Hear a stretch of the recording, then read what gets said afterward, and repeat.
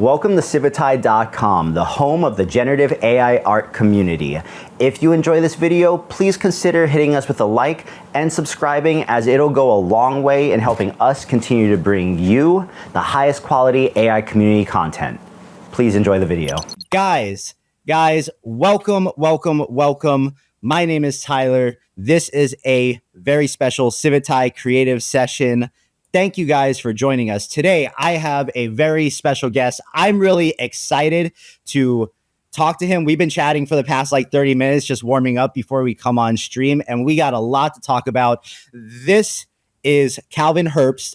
I have brought him up on stream a couple times over the past few weeks because of a Laura he created. And the way I found him, just a little background here, or actually, you know what, Calvin, introduce yourself, tell the people who you are, what you do, and then we'll jump into it. Thanks, Tyler. First off, thanks so much for having me. Like I was telling you earlier when we were talking, the Civit library of content you guys have on YouTube is such like an underrated learning source. And I've, in the last year, just by watching every single video there and looking at other videos that people recommend on the YouTube, like it's like such a wildly incredible, useful database of knowledge that I think is going to be around for a long time. And to just like talk some shit on it and have my 2 cents, like I'm super happy to be here. I grew up working in the film industry. Like I was working as an assistant when I was like 15, and I worked my whole life in the film industry. And I was working in New York as a producer for a little bit. I produced 3 feature films before I was 24 that all had international distribution. And then I started working in commercial because the money was better, and I was shooting commercials and I was doing a bunch of commercial photography. And I was working in the art department as a production designer, and I was set dressing, and I was directing commercials, and I was always editing stuff. And amidst all of these projects, I would take that money and my friends who'd work commercial, and then we'd fund each other's projects, and I'd produce my friends' films and they'd produce my films. And so I was just trying to stay super busy my whole life in the film industry until I got a little bit burnt out of it.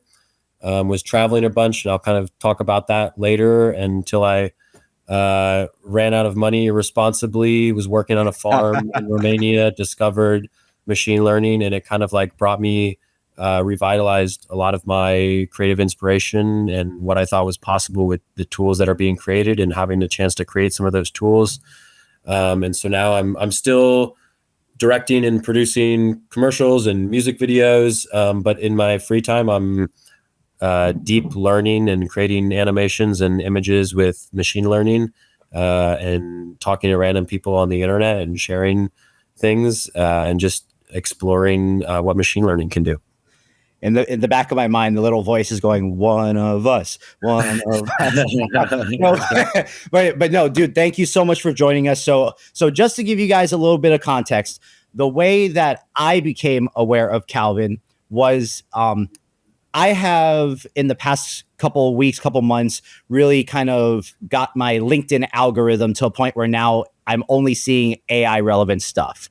I'm only seeing AI people, and I'm only seeing AI posts. And I came across Calvin's post on LinkedIn, which I will actually link the exact post in the chat right now in case any of you guys would like to go check it out, where he started it with the phrase AI artist theft. And he totally baited everyone with that. And it was definitely by design, because in the thread, he went on to describe how he trained a Flux Laura using his own professional photography work, and that he was giving this Laura away on Civitai so that people could also create art using his work. And I scrolled down and I read the comments, and I could not believe the sheer amount of hate this guy was getting for training a model on his own work and sharing it. And I was like, okay, we gotta talk about this. We gotta talk about this. You know, I'll say it also got a lot of love too. Like I never have. Thank you. People are saying nice things in the chat. That's so great. I love when people say nice things. That's rare. But on LinkedIn, people were also being really supportive.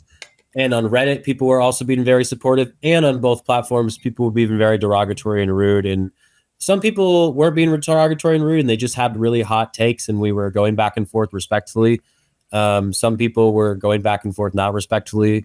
Some people were arguing with me. Some people were arguing with other people. But I never made anything in my whole life of making things and releasing things that so many people reacted positively to, and so many people reacted negatively to. And it really made me feel like it was important, and it was worth exploring, even if I'm not sure of the ethics of all of it. Like I say, I feel strong. I voice my opinion. I say what I feel, and I say things that are designed to start fires, and I'll throw some gas on that fire too. But also at the same time, I'm not going to die by my words, and this technology is changing, and maybe one day I'll change the way I feel. And that's okay too. But I think it's important to stand by what you believe in, and to engage with people in a respectful way, even if you don't, believe in the same thing.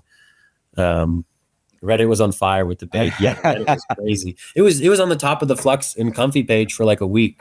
And I had some great phone calls with people who were interested in training LoRa's and hosting LoRa's. And I answer every single question. Like if someone wants to know like all of the settings that I train the LoRa on, I'm like copy and paste, like, here you go. Like, what else do you want to know? Like I'm super open to sharing, because I think everything I've done with machine learning was created with open source material. And I feel like the karmic cycle of sharing is really important. And if you gatekeep things that were created by something that was shared to you, then it inhibits your ability to create things. And so I really think that the more I share and the more I give away, even if it, inhibits my ability to make money in the short term, I think in the long term adds value to my life and to other people's lives. And I think that's a net positive. So the haters can suck it. Well, I guess that kind of answers the question I was going to ask, which really was like, a lot of people that do work on the traditional side of things would not be so willing to take stuff they've created, train a model on it, and essentially just kind of like hand people their style to do what they want with. I feel like that is probably very rare amongst people, particularly in the film and photography industry, like very rare. And it's something that I would like to bring back up now that we talked about prior to going live was, a lot of people are into the protecting the artist rights, and they really grandstand on that. But just like, at what point does something transformational become okay? And yeah, man, it's funny how so many people feel so strongly in different directions about it.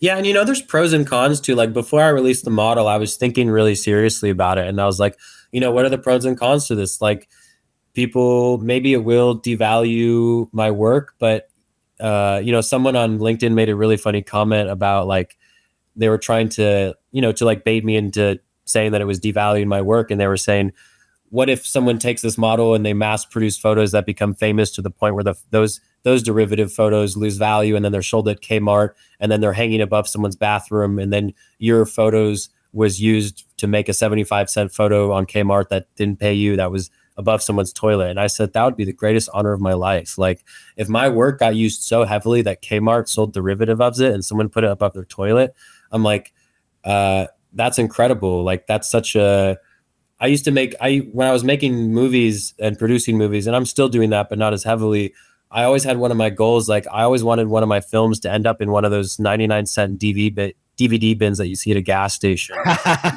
because that's how you know that it's so widespread. Even if it's worth nothing, like, you can buy it at a gas station, and some random trucker like will watch it in a motel. And to me, that's like more inspiring than than it being in like a guarded niche place where fewer people can watch it and have access to it. And so it's like the whole gas station DVD bin concept. If it's like, if someone can take my work and put it in a gas station DVD bin, that's like the ultimate threshold of success. It's not a threshold of failure. And so that would be incredible. So if someone wants to use this model and put images above their toilet and sell them to Kmart. Like, by all means, go for it. And the other thing is, I was thinking about like the concept of value and how value is correlated to content inflation. And, if the inflation of content down makes the value of something go down, that's correlated to it. And I think, like, if Jeff Koons, who's that artist, the contemporary artist who makes the balloon animals, that balloon animal sculpture by Jeff Koons is like the most replicated sculpture by any living artist in modern times. And if you look at Jeff Koons' net worth, he's the second most valuable living artist in the world. And you could say that it's because so many people replicate his work that it makes the original work have more value, even if more people are ripping it. And so if you can give people the opportunity to rip your work, it only spreads your work more. And it only increases the value of what you create. They're not indirectly correlated. I think they're directly correlated. But it's hypothetical because the concept of value itself is like a banana you pay for 50 cents at a 7-Eleven gas station convenience store. If it's nailed to a wall in a museum and a collector says it's art, I'm going to pay $3 million for it. That banana's not worth 50 cents anymore. It's worth $3 million. And so value is just determined by whatever someone's willing to pay for it. But I think that it's directly correlated to how much people have access to your work. Like, if you can give people access to creative tools to make something, it only even if it inflates the market with art that's derivative of it, I think it ultimately raises the threshold of the value of all that art. So you saying that, okay, I am extremely guilty of this too. And I try not to be, but it's something that's very difficult, I think, not just for me, but for a lot of creatives who freelance for a living to get past, right? I think that is the main, that is usually really the big kind of like punch in the gut sometimes with shifting the mindset on that. And that is, do I really want to create my own competition? But I like the way you're looking at it, and I totally agree with everything you're saying.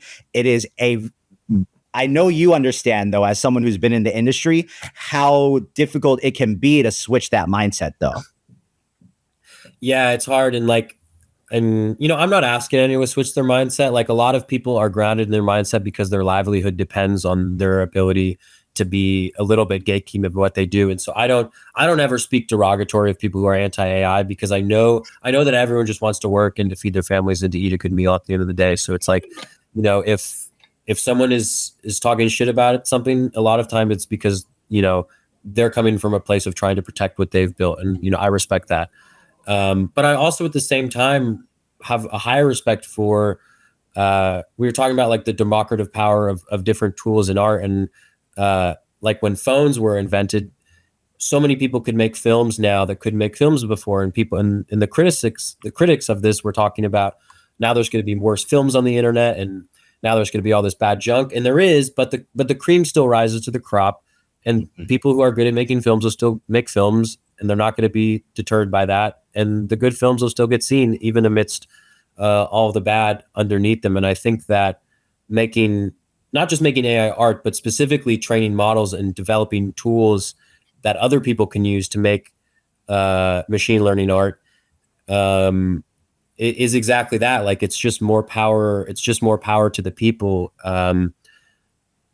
When after I was working a bunch in New York, I just got really sick of it, and I was really burnt out of it. And like the beautiful film production everyone's working on set together that really drew me in when I was so young it kind of got old to me. And I still love it, but I love it in a way that I feel like I'm not addictively chasing it anymore. So I have a more healthy relationship with production now.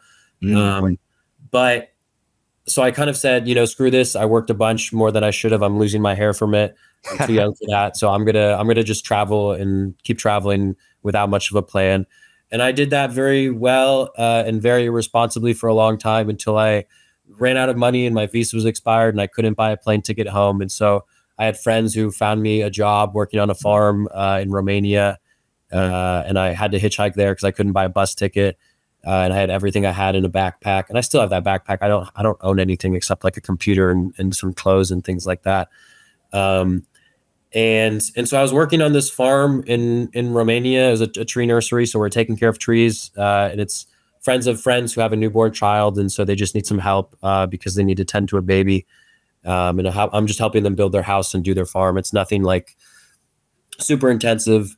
But while I was doing that, I was like, man, I don't have these tools for creation and production that I've had my whole life in New York, where everything's at your fingertips. It's like, how can I create things? And so I learned about, this was right when like Runway was coming out with video to video, and I had been using Luma and Nerf scans in the past, and I was really fascinated by that. And so I started like when I'd walk in the morning in the forest to pick mushrooms and to look at trees, I would like take scans of cool plants and of old houses and just things that were interesting to me. And then I'd animate those videos with my cracked iPhone in Luma, and then I'd export those videos and airdrop them to my 2015 Mac, and then I'd run them through Runway with some AI filters, and then I would put them on a screen and film them with an old point and shoot camera, so they'd have like a more analog texture, and write a little poem to go on top of it and just release it on Instagram. And like every day for like a couple weeks, I just made a new video and felt really creatively gratified from it.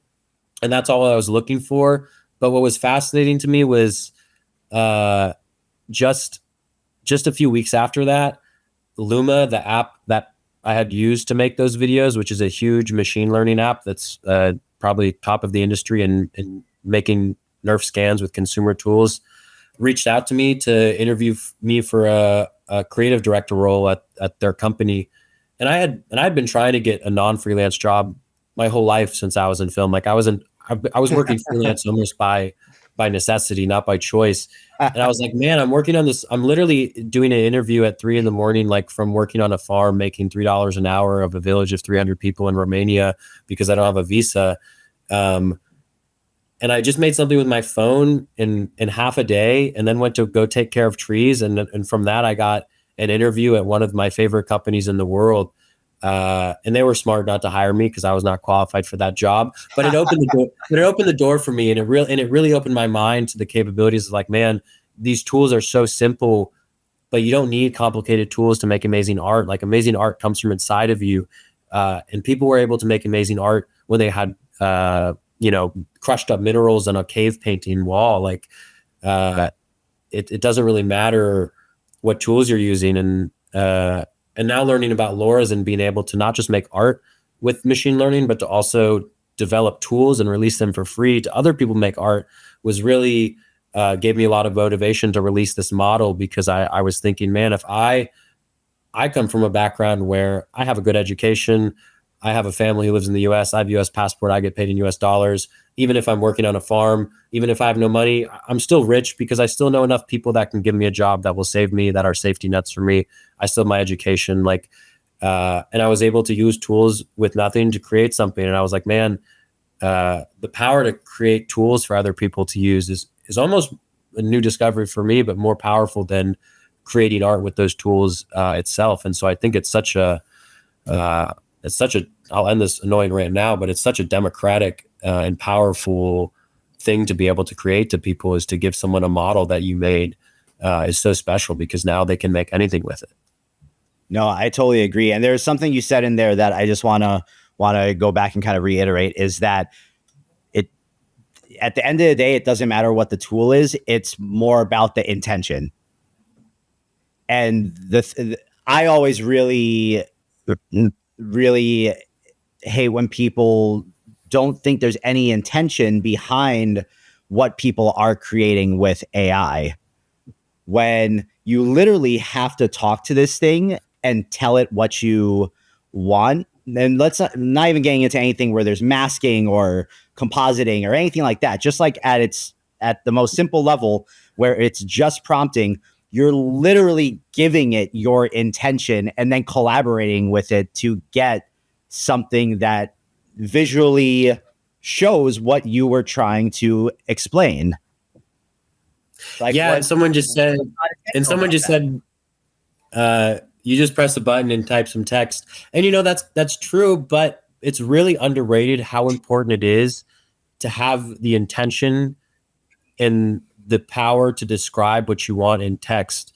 Because before I was ever doing machine learning stuff, and I'd be working with a cinematographer and a production designer, and a colorist and an editor and all these different creative department heads, to make one shot for a film or a music video or a commercial or something, I would always think about describing the quality of light, the direction of the light, the type of light, the color of the light. For the costume designer, what's the person wearing? Is it layers?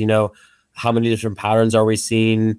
The makeup artist, like what's the contour of their face like? Like how old does this person look? Like how much makeup are they wearing? What type of makeup are they wearing? The hair, what's their hairstyle? Like you have to know how to describe hairstyles to a hairstyle artist if you want to be a director, because you have to have that vocabulary. If you want to speak to a cinematographer and you want to make images that feel uncanny, maybe you need to know the vocabulary like Dutch angles and an asymmetrical perspective. And you have to know all this vocabulary that comes from like almost an institutional place. Not institutional, you don't have to use an institution, but it's knowledge and vocabulary that takes a lot of time and practice to build. And when I'm writing a prompt into AI, I'm thinking the same thing. I use the exact same template that I use for a production storyboard description. It's like, where's the light coming from? What's the action that this talent is doing? What props do they have? What's the backdrop? What's the relationship to the backdrop? Like I have this whole list, and I'll probably make like an article about it on Civitai and share it, because I think it's really helped me writing prompts. But it's funny, my thinking for writing prompts is the exact same thinking when I'm creating a shot list for a film. Like I'm thinking about all the same things, but instead of telling a team of people, I'm like in my apartment at 3 a.m. like drinking a Red Bull, telling a computer. And so it's the same process. It's just a different tool. Yeah. Yeah, no, man. So what do you think is like the dividing line between people that come from the industry that are so intrigued and kind of like get caught up in it the way you have, versus people, maybe some of even like your colleagues or friends who are also in the industry, who are just like, they just don't see it? What do you think like that the difference is there? That's a good question. The people who are, what's the difference of people who are forward thinking and excited about machine learning versus people who don't see it as anything interesting? I think it just depends on what people spend their time doing to make their livelihood. Like my friends who are camera operators in the industry, like their job is so technically grounded in the physical world and the physical production that even if they acknowledge something that's good that's made with AI, like I think if people's background is more grounded in production, because in production, like, yes, I'm a production person, but at the same time, I'm not like a camera assistant who's only managing the wires on the camera and the focus system and all the cases lined up and the lenses. And like, that's all a different type of technical people. And I think now that I'm saying it, it's important to separate the concepts of art, craft, and design. And it's like a triple Venn diagram and all those things overlap with each other. But for instance, in a film production, different jobs fall in different places in those Venn diagram. And like someone who's really craft based, but maybe not involved with the design is like a camera assistant. Like they're not designing the shots, but they're really involved in the physical material of the craft of like making sure the camera is built properly so the operator can then use it to design a shot. And the person who's operating the camera is still technical because they're still using the camera.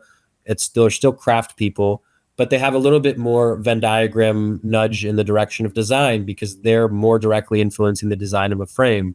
And a cinematographer, you could say, is like really in the essence of design because they're designing the images, but they're not even touching the camera sometimes. And so they're not like a technical craft person.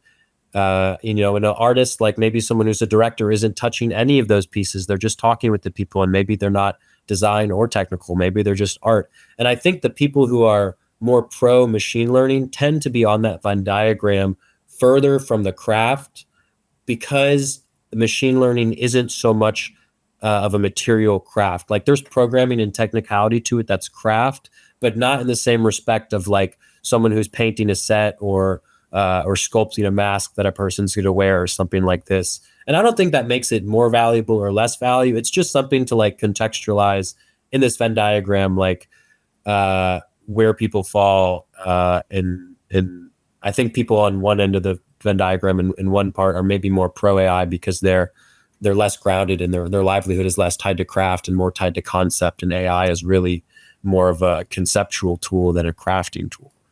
Gotcha. No, that's probably one of the best, most like clear answers someone has been able to give me to that question, because most of the time it's, I don't know, they just don't like change.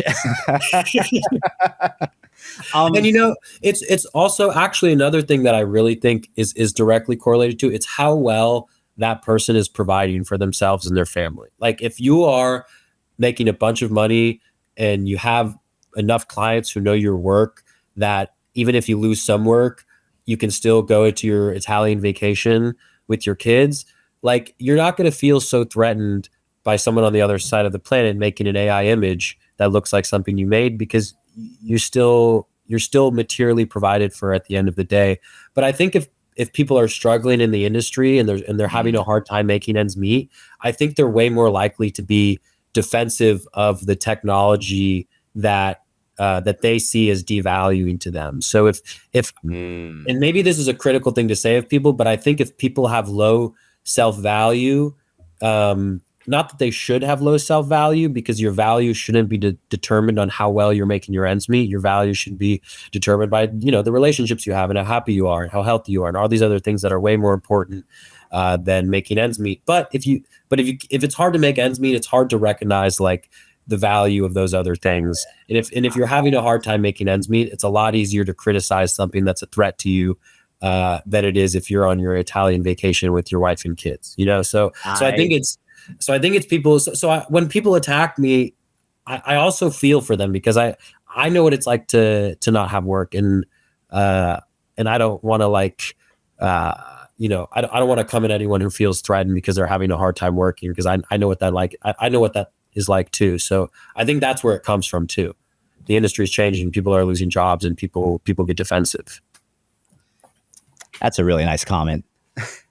Yeah, thanks. AI digital. Right. No, dude, I totally agree. And it definitely, with what you just said,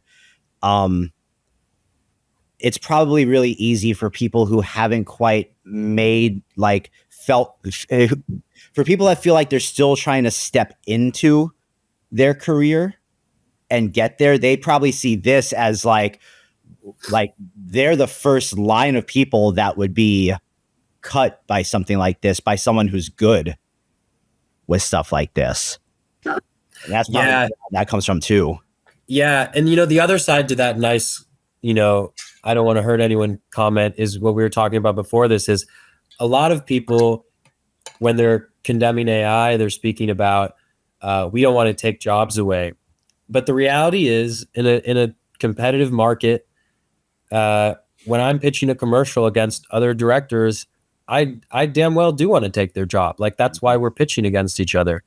And when it comes to machine learning, like, I don't want anyone to not be able to feed their family, but I want to feed myself too. And I only have a backpack. I don't have a house. Like I don't even have an apartment. Like I'm in my friend's apartment right now. Like, so if I can take someone's job and get work for myself by using a tool that I made, I'm like, hell yeah, I'm going to take their job. And I hope they try to take it back from me. And I hope that competition going back and forth, like makes everyone better and makes the bar higher. Like, I think that's a good thing.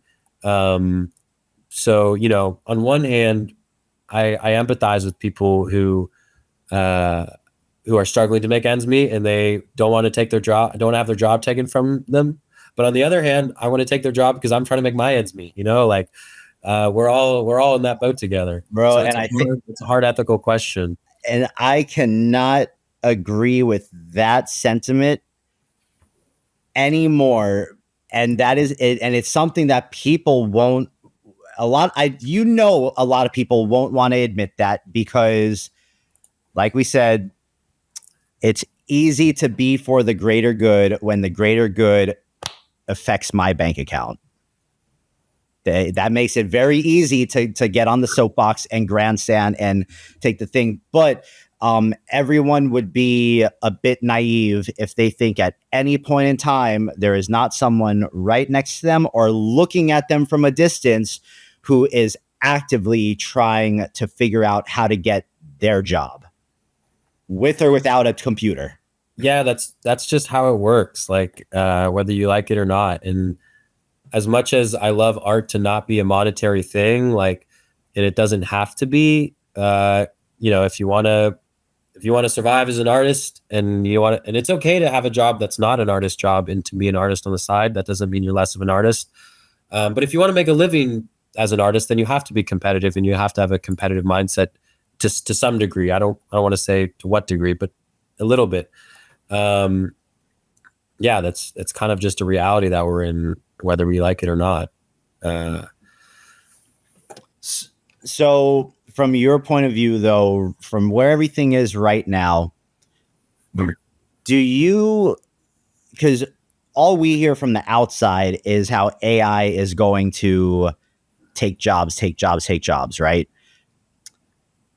What jobs do you think this is actually going to replace in the industry that you're familiar with, versus like how real is that? Do you actually think that fear is for people?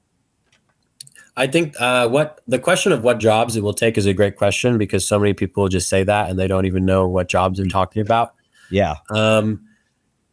Immediately, like some of the first ones to go that are already going is like rotoscope artists. Please take it, please. Yeah, and that's kind of how I feel. Like, and maybe there will be a rotoscope artist, or like someone just said, like a comp job, like making comps. But I still think there will be comp artists and rotoscope artists, or there'll be a rotoscope pipeline at a studio who has people working in house for them. But the ones who are competitive are going to use AI tools. It's not like the producer is going to go in and start using the AI tools. Like, there's just going to be a new job title. Like when film cameras got started to get outpaced by digital cameras, right before that happened, a lot of the people in the camera industry were like not super happy about film cameras or digital cameras, because it threatened the jobs of a film loader. And a film loader is the person who goes into the bag where there's no light and takes the film off the spool and changes the mag of the camera. But if you have a digital camera, you don't have that job anymore. But now with digital cameras, we have this job called a DIT, a digital intermediate technician. And it's the same thing, but with the digital format. And it's, yes, I think it will take away some of those jobs, like how film cameras or digital cameras kind of decrease the need for film loaders, even though we still have film cameras and people who know how to load film. But look, now every set has a digital imaging technician. And so look, there's a whole new job with digital cameras. And I think AI will be the same. When ILM shifted from painting plates and shooting plates on glass plates to computer VFX, first their computer VFX department was like 3 people and no one at the company respected them. And then when ILM is Industrial Light and Magic, they're like the VFX company that does stuff for Star Wars. And then when ILM switched to computers, they fired everyone who worked on plate painting, but they gave them all the opportunity to say, hey, if you want, we can train you to do computer VFX. And of course, all those people were like, no, we like painting. We don't like coding. So a lot of them said, we don't want to do that. Mm-hmm. And they left. And in the end, a lot of them came back and they said they regretted it. And ILM did an ethical thing and offered those jobs that were taken away, and they offered them the jobs that were replacing them. And not everyone's going to do that. Not everyone's going to be like ILM. And so I think if you're an artist who's feeling really grounded in the tool you're using, you have to look at yourself in the mirror and you have to say, am I the cream of the crop of the person using this tool? And do I have the drive to be the cream of the crop, the person that uses this tool, if it's going to become outpaced. Because if I don't, and if what I'm trying to do is to make money, maybe it's different if you're working a non-industry job and you're happy to just use old tools to create art that you like that's amazing, and people should be able to do that, and I hope people do that. But I think artists need to evaluate the tools they're using in the context of how the tools are changing, and sometimes you have to learn new tools. That being said, when digital cameras came out, we still have film cameras. We still have movie shooting on film. It's a more niche job set. We still have it. And when photography came out, painters were really threatened, but photography just enhanced the world of painting and changed the value of paintings. Like, people no longer painted hyper realistically because a camera could do that. People still painted. It just changed the way they paint. It created all these different types of painting. It created expressionism, came from the advent of digital cameras, pushed painters to move away from realism. And so the creation of one medium doesn't destroy the mediums before it. It just evolves all of the mediums together. And that's why people still paint with charcoal and ochre, the first minerals that people ever painted with 40,000 years ago in cave walls in Mesopotamia. Like, you can still buy ochre on Amazon, and you can still find professional artists using ochre. So I guarantee you, whatever tool you feel threatened by AI, will exist, and you can choose to be a part of that, or you could choose not to. And to circle back to your question, that I went on a huge tangent of talking about. No, dude, it's all good. I love it. I think everyone else is really enjoying it too. Thanks. About what jobs are going to be like really thinking tangibly. Like, okay, well, what jobs are going to be taken away? I think most of them are in post-production. I think production tools will incorporate AI in some ways. However, production itself, I think, will be. I don't know if production itself is going to become less common, or maybe it will. If a computer can make a realistic human and you can direct them, why would a studio pay an actor $300,000 for their booking fee to come in if they could just create their own actors? So it's like, maybe production and talent will go down in the future when AI gets really good. But I think the first thing we're going to see is like VFX pipelines are going to incorporate machine learning into it. And it's going to be mostly in post-production. And then once the post-production gets really good and start creating things from scratch, then production is going to start decreasing, and there's going to be less production. And a lot of production people aren't happy about this, but at the same time, film production is an inflated market, and every distribution service doesn't make enough money, and they're all on a negative profit decline because there's too much stuff being made for too much money, and it's too expensive to make, and there's not enough people making it, or there's not enough people watching it. And so it's almost like the industry balances itself naturally. And I love the idea that every production worker has a job forever. But the reality is, if there's not enough demand for a really expensive supply, then it's just inviting a technology to come in to disrupt that. And I don't think there's anything ethically wrong with that. It's just like the feng shui of art and how it's intertwined with industry.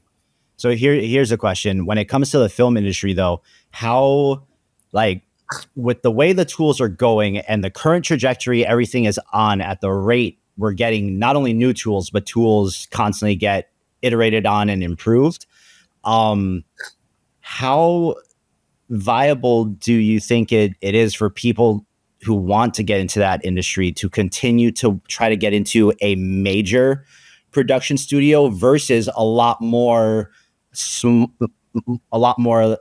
indie style studios popping up? Because now you can make really great things that are emotionally intriguing for a lot less than it would take a major AAA type studio to do.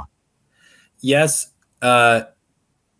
It's important to note that just because you can make something that's emotionally intriguing, and just because you have the tools to, doesn't mean that it will happen, because you see how much AI content there is online and how much of it is garbage.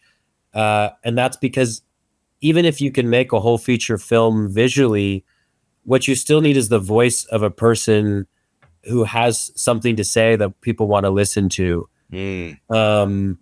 And just because you can make something that looks beautiful and cinematic doesn't mean it's going to be good, because something that's good is something that makes you has nothing to do with the quality of the image or how you made it. It's how it makes somebody feel when they watch it. And the people who are good at drawing animations that make people feel something with a pencil will be good at doing that with AI, or could do it with the camera. Like there's something inherent with voice. And I think that people who have a strong voice can use any tool. And people that don't have a strong voice will be unsuccessful with the most advanced tools. And we kind of see that a lot today with big studio films, and why a lot of them tank is because they have these, the best artists in the world working in teams of 1,000 people, but they're, just trying to pump out the same IP over and over. And people don't pay to see it, no matter how fancy it is, because it lacks voice. But I think that artists with voice will use any tool at their disposal, and some of it's AI and some of it's not. So I think it comes down to voice. I would totally agree with that. If the work isn't speaking to anyone, then it doesn't matter how pretty it is. Yeah. We're definitely going to be in this time of like content superinflation where people are. I think we're already there. I think we're already in content superinflation, and it's just going to go up and up. And one of the effects that's going to have on people is people are going to get fed up at looking at bullshit content, and they're just going to stop looking at content altogether. And there's going to be a decline of people who are willing to look at anything and who have attention span to look at anything at all. And I think maybe that's a good thing. Like maybe humanity needs to get the fuck off their phone and go take a walk outside. And so maybe that's a net positive, even if the whole industry starts to tank. Like maybe we need the industry to tank. Maybe we need to get fed up with content and to stop looking at it. That's a possibility too. It's a hypothetical, but someone said touch grass. Please touch grass. It's awesome. Tell your mom. Drink with your friend. Like there's so many better things to do than to like. I mean, I'm the worst advocate for it because I'll sit on my computer for 14 hours and like look at dumb things and like program AI models. But touching grass is good. So okay. Joe VX, who has been very active in the chat today, which Joe VX always appreciates you. Joe VX has a very I know him personally. He has a very long history and career. He worked at Disney before. Oh, cool. So Joe VX knows his stuff, and he's worked in VFX pipelines and whatnot for years. I definitely agree with him. It's like, okay, something I have thought about ever since 18 months ago with Warp Fusion, right? Before Animate Diff and Comfy was even a thing, was where is I'm always looking for the longevity in this. Is this a flash in the pan, or is there longevity to be found here? And the longevity probably won't come from the thing we're using right now. We probably haven't seen the thing yet that will provide longevity for people that want to make a career in this specific niche. But in a world where we would all be amiss to not think, and a bit naive, that in a year from now, everyone will be able to make the things we can make in Comfy on their phones without needing to connect a K sampler to a fucking video combine or something, right? Yeah. And so at the time when anyone can make anything, including the stuff that we're making right now, whether it has voice or not, where does that leave everyone? And again, I think it comes down to the cream will rise to the top, and the people that are in it will already be doing the next thing that the people that are just now being able to do what we're doing currently on their phones or whatever. It, like, the ball keeps rolling, but I do think the ball rolls faster and faster and faster every 6 months to a year. And more importantly than learning any of this stuff from the technical side it's more important for us to continually increase the amount and like we have to get better at learning, basically, to be able to hold on to our careers. Yeah. And that's kind of, it's like a case by case basis of what's the longevity and what's the point of it all is that, for instance, when I released this model that was trained on my work, going back to that guy who was talking about Kmart and my work being devalued, the thing it made me immediately think of that I didn't think of before I released it, I only had this realization until after I released it, was now anyone can make an image that looks like it was shot by me. And now what's the point of my style? And now if I want to make a new model, I can't, because I've used all of my favorite data to make version 3 of this model. And so if I want to make version 4, what do I have to do? I have to go out and I have to shoot new things and I have to see with a new light, and I have to develop a new style in the real world if I want to train a new model, because the model is just a derivative of the data that it was trained on. And so I think maybe the longevity is like, I feel like it's already moved my style along, because I'm already thinking about shooting things in a way that I haven't thought about before, because I've really detached from my previous photography work and my previous style, because now I feel like it's out there and anyone can have it. And now I have to take the next step for myself. And maybe I wouldn't have felt that if I kept my work to myself and I said, no, this is for me. This is my style. I'm going to keep it. Now that I give it away, it's like, okay, what's next for me? Because now this is in the past. That chapter's closed. Like, that's free for anyone. Man, that I don't even want to that. Okay. Yeah. That resonated with me. That one punched me in the gut. Papa, thanks. And I used to teach like some like film and photo classes to like kids at like camps, just like free like Boy Scout camps or like school camps and things like this. And I remember when I started teaching the classes and I really wanted to like blabber and talk about like rule of thirds and ISO and camera settings and stuff like that. And I just remember how bored the kids were. And then when I did another round of classes and I was just like, day 1 of the class, here's a camera, go out and make an idea and just like start shooting and, just take as many pictures as you can and shoot as much stuff as you can.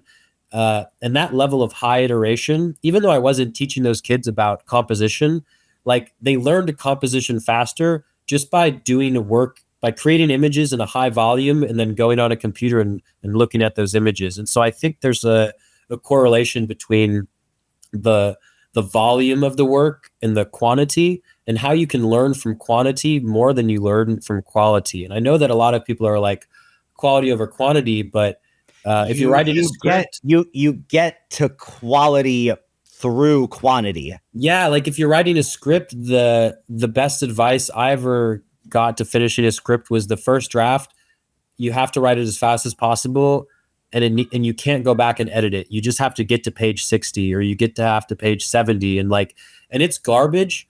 But once you get there, then you can go back and start editing, and it works way better that way than trying to write particularly on top of each other. And making images is no different.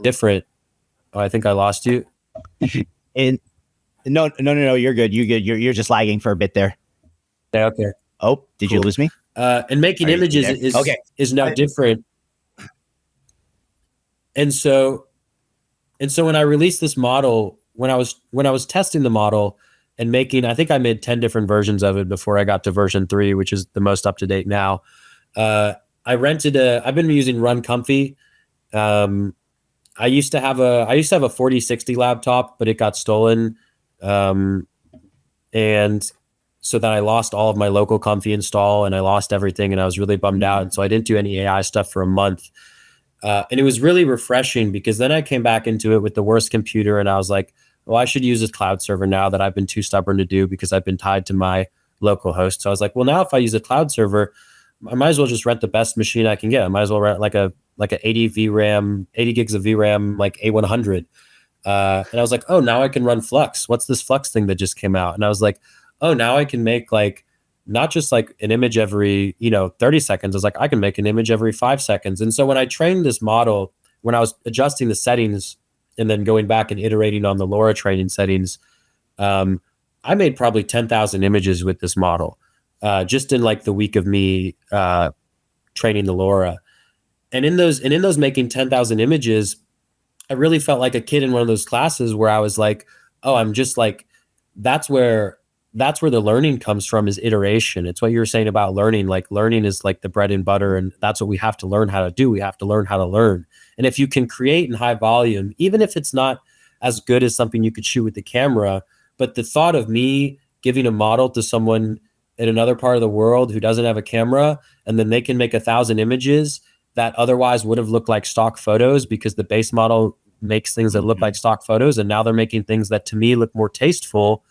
I feel like I'm just giving away a photography class and anyone can take it for free, and it's like such a net positive. So it's so funny when people were hating on LinkedIn and they're like, someone on Reddit called me Hitler or called me a Nazi or something. Like, this is working. This is the coolest thing I've ever done. Dude, in the words of my good friend Purs, fail fast and fail often. Yeah, shout out to Purs. I watched, before I even had Comfy on my computer, I watched a bunch of his tutorials while I would like cook dinner. I didn't even have Comfy or know what a K sampler was, but I was like trying to learn Comfy.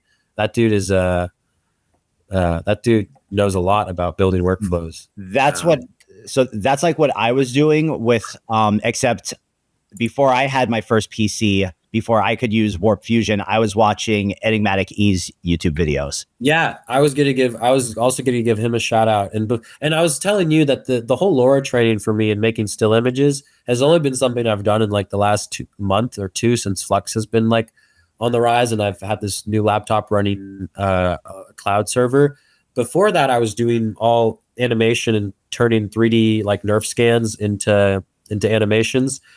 And I'll maybe show some of those at the end of this when we share screens. But Enigmatic E and you have made some workflows that I used heavily, and I made some stuff with it that I was really happy about. And it's so crazy because clients would see that in the film world, and I'd get hired to do a project. Like I got hired to do this refrigerator project that had nothing to do with AI.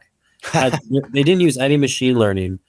It was just like people at a refrigerator company who felt like the stuff they made was boring, and they just wanted to hire someone who made stuff that they hadn't seen before, even if it like wasn't what they wanted. And the stuff that I was making was it was, as you guys were developing the workflows and as Animate Diff was releasing updates, like I was making stuff with it. And it wasn't great, but it certainly looked unique, and it caught their attention. And I got to make some commercials and have some real income because of a bunch of AI stuff that I made that had nothing to do with the work itself. But like, even if you make something and just put it out there and you think it's bad, like it's crazy how it can catch someone's attention, and then it leads to an opportunity that might be totally different to that, but it's still an opportunity. You gotta put it out there. You gotta make the stuff and you gotta set it free, and people are either going to feel strongly about it or people aren't going to give two shits about it. And either way, I promise you, in today's world, they will forget about it in 48 hours. And so and it's okay, just put it out there. True. So shout out to you and Enigmatic E, because you guys are the reason I directed this refrigerator commercial. So like, that's sick. Love to hear it. Indirectly. And also, while we're talking about shout outs, I also wanted to give Latent Vision, the guy Mateo, who's the guy who wrote for IP adapters. Man, I'm trying to get him on. That man, please get him on. That guy is a really excellent example of the dev side of the world communicating with the creative side of the world. Like he's not like the only developer of IP adapter, and he's not like only making stuff with IP adapter. He's like kind of 50-50. He's like developing the code for it and then bringing it to the people on YouTube and showing them how to use it. And he has such a deep knowledge of how image diffusion works. And you can learn, like I learned so much from that dude's YouTube channel. So if you like IP adapters, man, you have to, or concepts about machine learning, like Latent Vision on YouTube. Shout out to Mateo, is incredible. And then you also have this guy on Dot Simulate. Oh, dude, Lyle is doing some crazy stuff in Touch Designer now. Oh my god.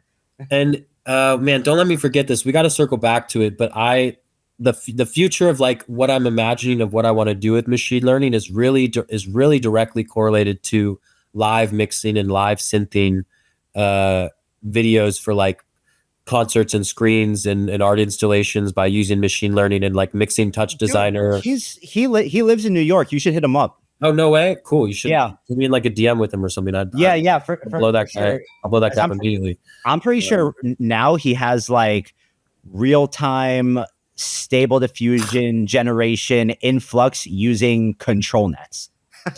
Man, I've drawn so many like things. I've drawn so many like diagrams in my notebook. I don't even know how No Touch Designer works, but I have all these crazy ideas about like wiring cameras to generate images that turn into control nets that live feed into a Comfy node that then gets video synth to analog and goes back to Comfy. Like I've never done any of this stuff, but my mind is just like so recently fascinated by synthing videos and coming to a day and age where we can synth videos live, like a DJ mixes music live, and you can control something in real time.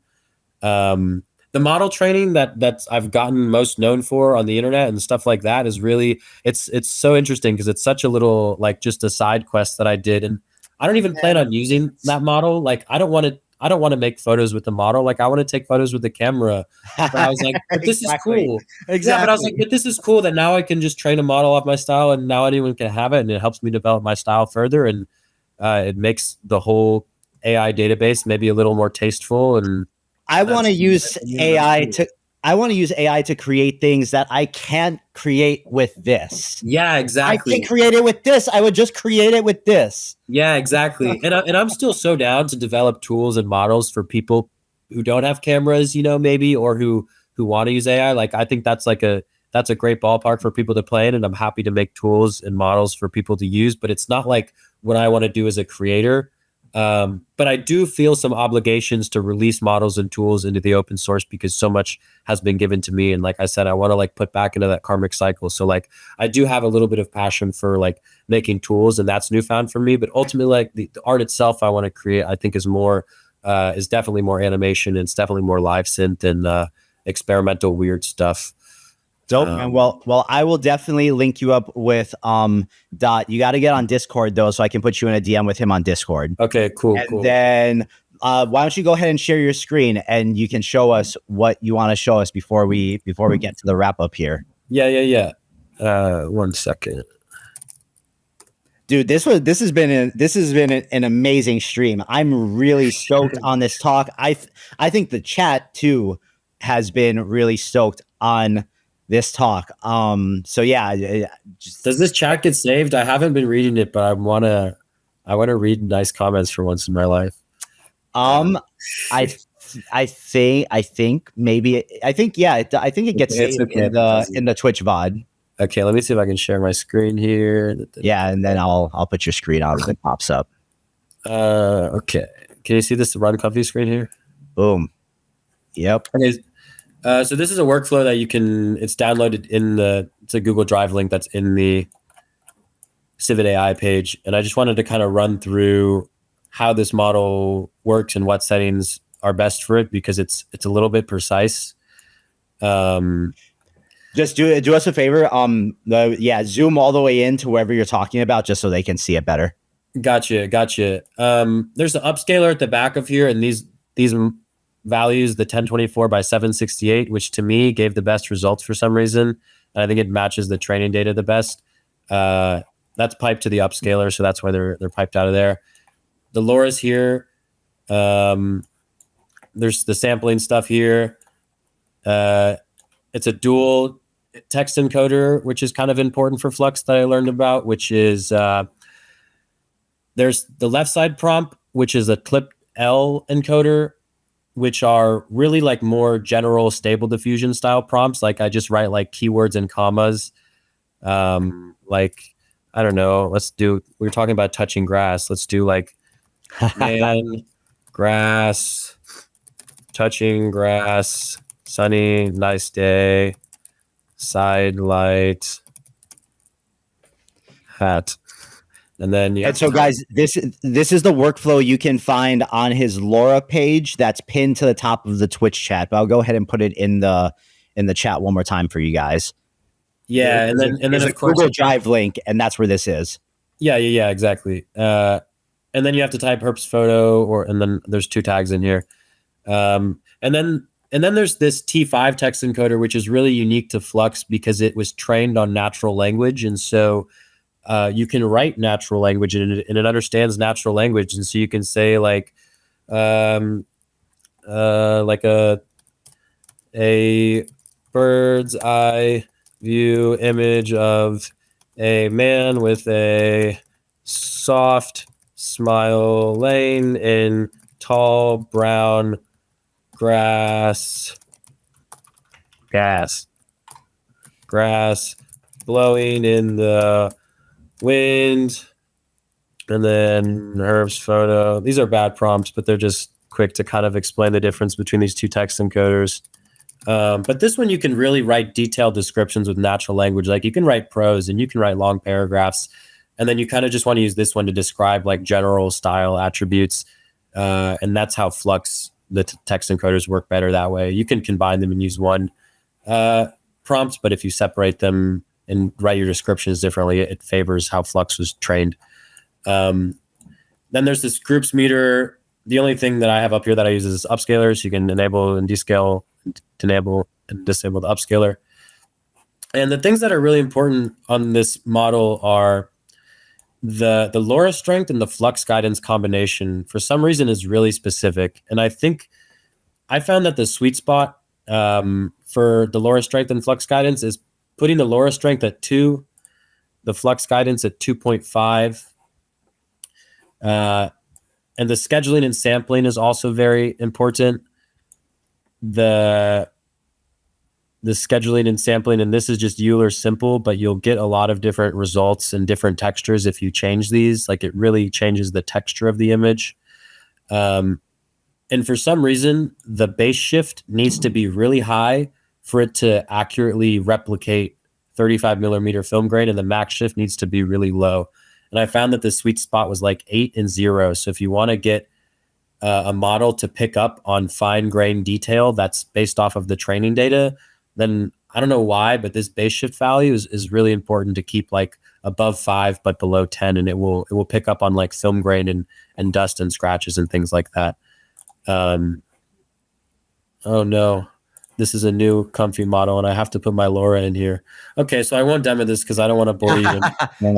That's so funny. My LoRa's not in this right now. No, but it's all good because in the workflow, in the Google Drive link, you have those notes nodes in there, so people can literally just read the instructions you described if they want to. Yeah. But the important thing to notice is the LoRa strength and the flux guidance. Like if you just leave this at 1 and this at the default, like it's going to look weird. But there's a really strong sweet spot at 2 and 2.5, and if you want a little bit less style, turning this to 0.9 on the LoRa strength and the flux guidance at 2 is like a more medium result. And then if you want to get like a little stronger result, you can go 3 on the LoRa strength, and you can go 4 on the guidance. And then if you want like really weird abstract stuff that still for some reason looks cool, if you go 3.5 and 5 is like the most you can push it, but you'll get really beautiful like abstractions where like people's faces are totally covered by film burns and asymmetrical and things are out of focus. Like it really looks nice and imperfect. And that's important when you're creating work with AI, because so much of the stuff the data was trained on looks like stock photos. And so I try to make models that really push it away from stock photo. And I used a data set of images that really push the model towards,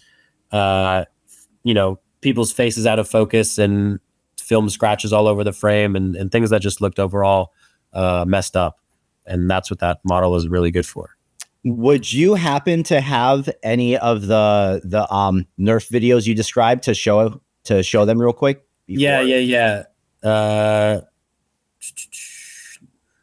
This one was the one it's on Runway TV. This is the one that Kaluma saw that was like one of the first ones I ever made. Are you seeing my new screen? No, we're still seeing the Run Comfy screen. Okay. Okay. Let me stop sharing this one. I thought I was on my website for you.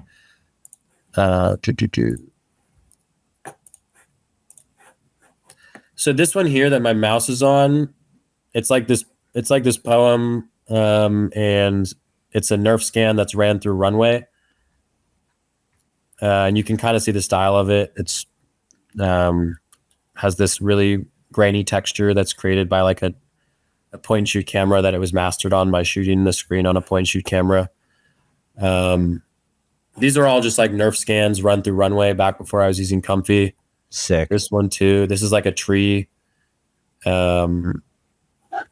This is a tree. That's such a great description. This is a tree. I'm like a third grader giving a show and tell.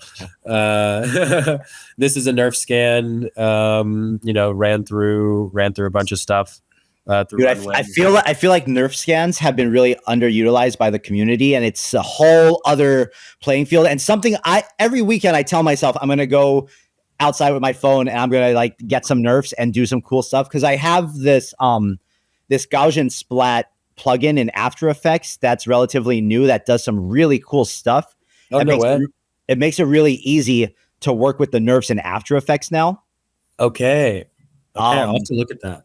Here, wait. Let me. I'll get the link and I'll share that with everyone. It's like a $50 plugin, but cool. But I'll share that. Gaussian splat After Effects. Boom. Here we go. So, real quick, let me.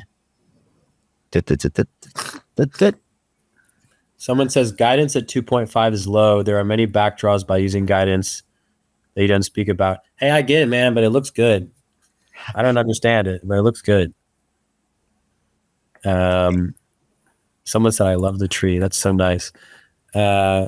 These are some other videos I made with splats. This one on the left is is a scan from a temple in Vietnam. This is a temple in Thailand. These are animate diffs, so they look a little nicer than the other stuff. You can kind of see just like the rendition on them is a lot more intricate. This is like an alleyway with a more realistic model. These are all stable diffusion.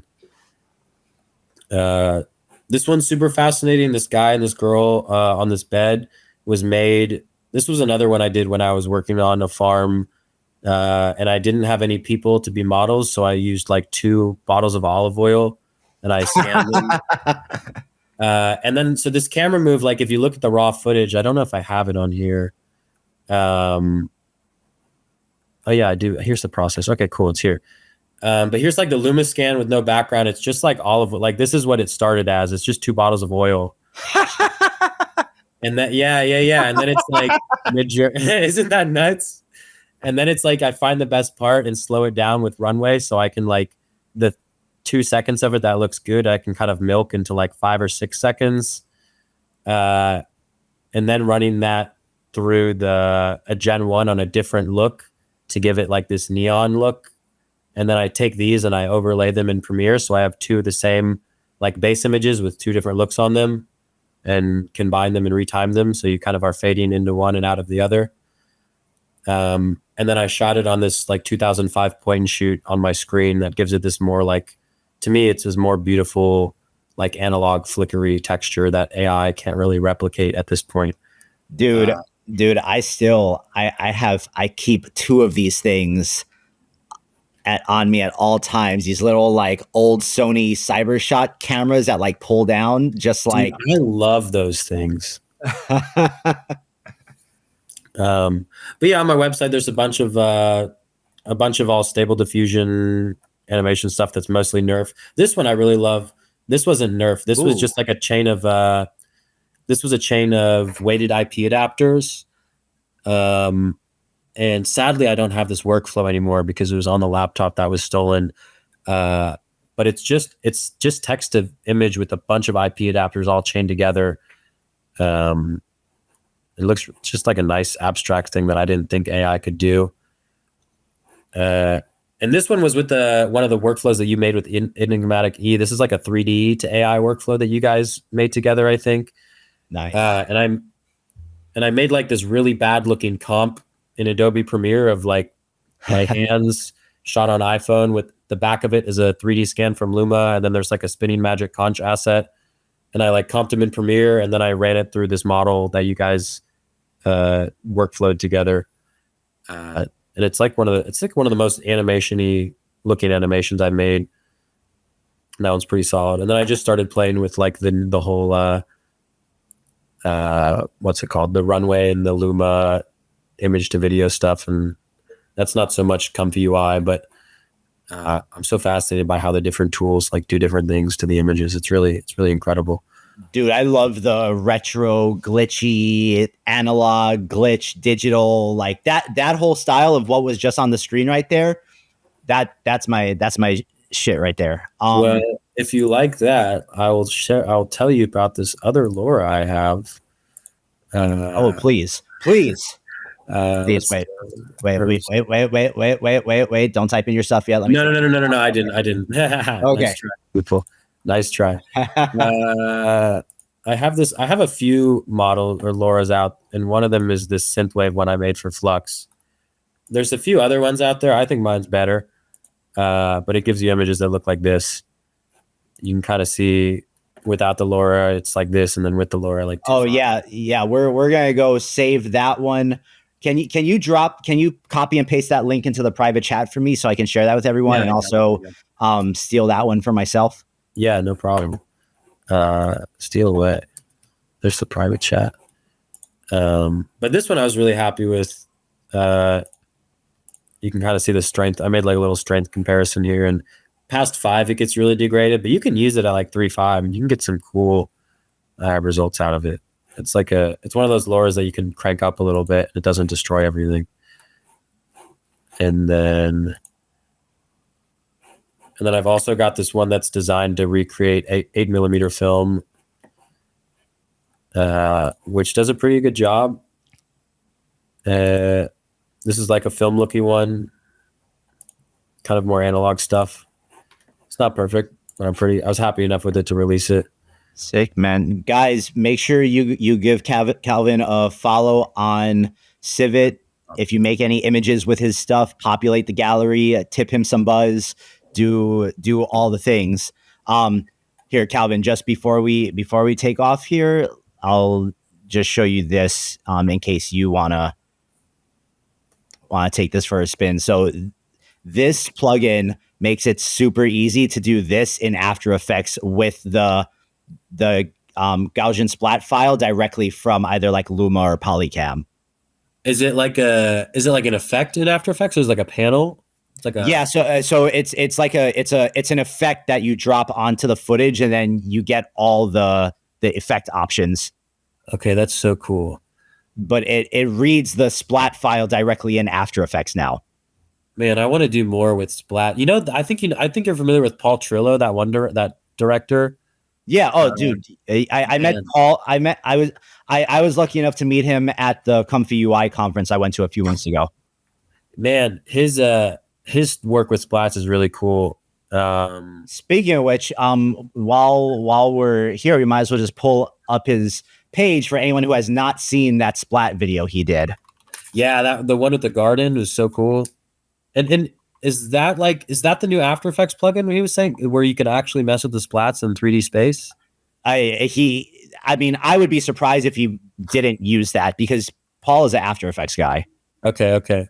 I'd been using splats, but I'd only been using them in Premiere like as 2D assets that I just like slap on top of each other. Not like this. This is beautiful. This is crazy. He shot this whole thing in his garden with just Gaussian splats. Like, this is insane.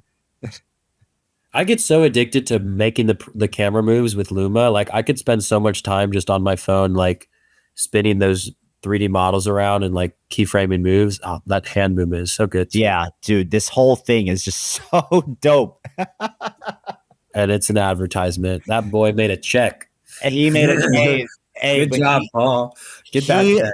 He worked for that. He did. Fully support. All right.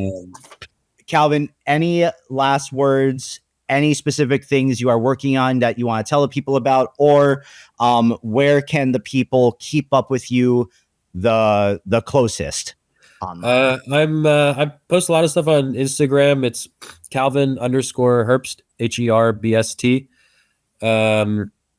And my Civitai AI page also is where I post a lot of models. If you're into downloading and open source things, yeah, thanks. There's the Instagram there. And right now, for work stuff. I'm just finishing this commercial production in New York, and then after that, I don't have so much of a plan. I'm going to be in Europe visiting some friends. So if you're an AI person and you want to talk shop and give me a bed to sleep in, I'll come and bring you a bottle of wine and we can talk about AI if you're somewhere in the world. But yeah, I'm as far as things I want to work on, like I was saying, I really want to do like that vid synth and learn Touch Designer and figure out how to wire controls inside of Comfy to a MIDI board, so I can like have a video going and then I can change like the CFG or the denoise in real time. Or specifically like the animate diff node, how they have that one control. It's like the motion scale. Mm-hmm. Like if you could change the motion scale in real time, and like then you could like, it's almost like changing the BPM to a track. Like it's really slow and it's really chill, and then it's like boom, then you turn a knob and gradually it increases the motion scale. And God, imagine having a knob to do that with. Oh my gosh.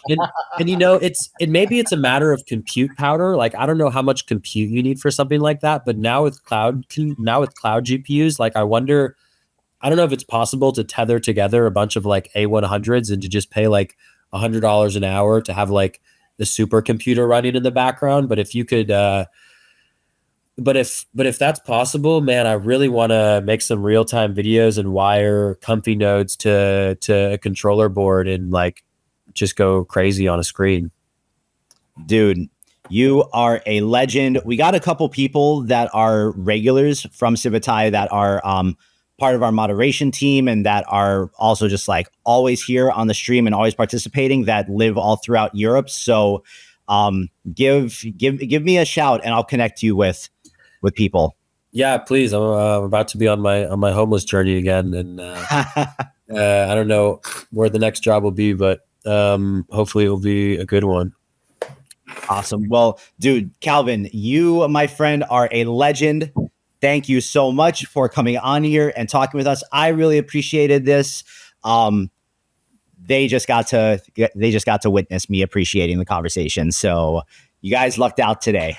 Thanks, man. You do such an awesome job hosting. Like the level of talent you have on this stream. I'm honored to be here because I've learned like almost everything I know from the people on this stream.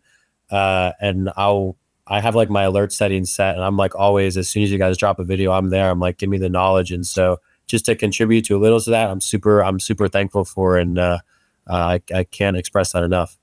Really appreciate it. We get a couple YouTube comments every now and then telling us that these videos are a lot of talking about nothing for an hour, but I don't think so. And I also, like I said before, I really think a couple years down the road, this library of talent, you being one of them that we have had on here that we've been able to talk to from just like all these different corners of the AI niche, I think is going to be a really great thing to look back on as this industry matures. So, yeah, I hope so. Well, thanks so much for having me. And anytime you want to do some stuff in Comfy together or test some models or break some workflows, like I'm on my computer all the time, deep into the night. Dude, for sure. We're definitely going to circle back with you. You are a Civitai stream guy now. So we're definitely going to circle back with you again, and get at me on Discord. I sent you my username on LinkedIn so that I can link you up with the people to help you do the stuff you want to do. Cool. Thank you so much. That means so much. Hang out with me just for a second here, guys. Thank you so much. I appreciate you all. Just so you guys know what's coming up next week real quick. we'll be back, of course, Monday with Ali for office hours. But next week, Friday, we're going to have a double decker for you guys again. We got 2 streams next week Friday. So first thing, 12 p.m. Pacific, we are having a special Civitai roundtable with the Stevens Tech Institute featuring not only myself and Chris from Civitai Air, but also Justin, our CEO. So you are not going to want to miss that conversation. I'm probably going to be very quiet during that one because that's going to be a lot of very smart people talking about very smart things. And then at 3 p.m. Pacific, next week, Friday, we are going to have Yvonne.mp4 back on. I don't know if you guys remember Yvonne. He showed us some touch designer stuff, and then he also showed us some SDXL stuff, and he has a new workflow that he wants to drop on the stream for everyone. So, guys, with that being said, my name is Tyler. This is Calvin Herbst. Go follow him on all the things. The links are in the chat. This is civitai.com. Like, subscribe. It helps us keep the stuff going and bring guys like him in to come and drop the knowledge on you all. At Hello Civitai. Appreciate you all. Have a great weekend. See you guys next week. Ciao. Peace. All right.